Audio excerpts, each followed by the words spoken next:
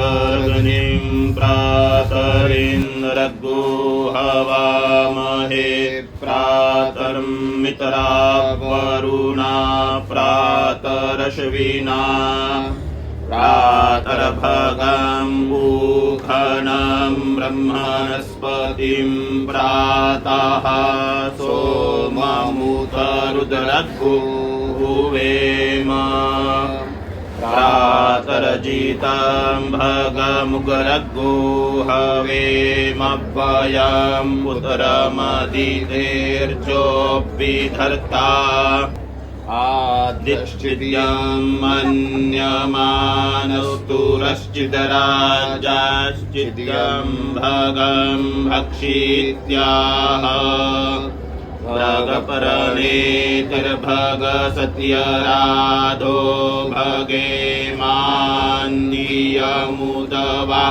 ददन्नः भगपरनो जनय गोभिरश्वैर्भगप्रन्द्रेभिर्वैवन्ताः स्याम उतेदानीं भगवन्तः स्यामोत परपितवा उत मध्ये अह्नाम उतोदितामघवन्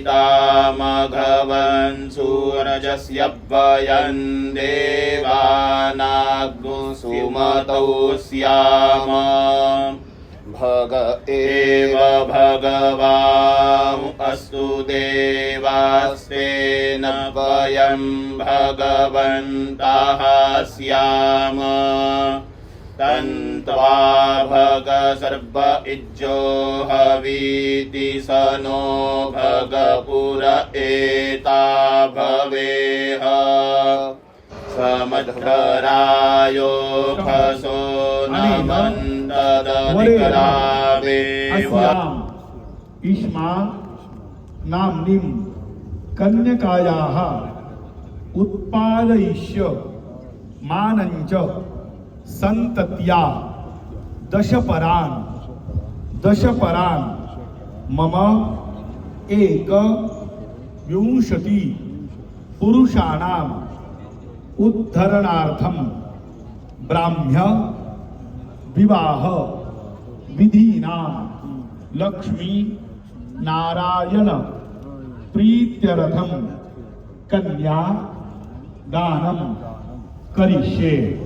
त्यांच्या हातावरती पाणी कुश आणि पुष्प सोडून द्यायचे, सरळ सोडावं,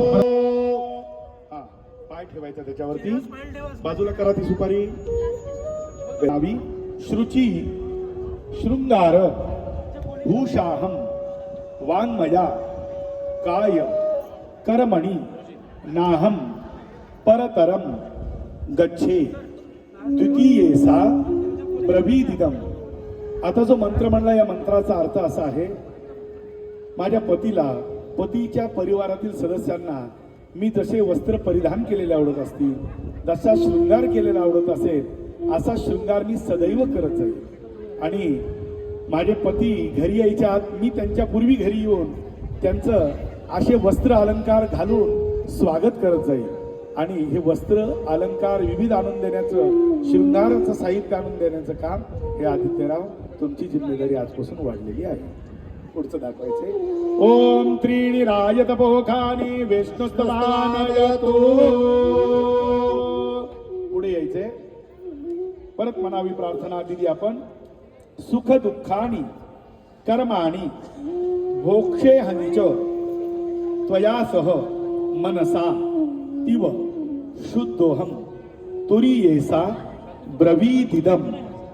आता जो मंत्र म्हणला, या मंत्राचा अर्थ असा आहे, आजपासून आपण दोघांनीही कुठल्याही सुखामध्ये कुठल्याही दुःखामध्ये एकत्र अत्यंत मनाने पवित्र राहून अशी ही साथ द्यायची आहे। त्यानंतर पुढची सुपारी दाखवायची, ओम चत्वारिमयो भवाय विष्णुस्तवानयतु।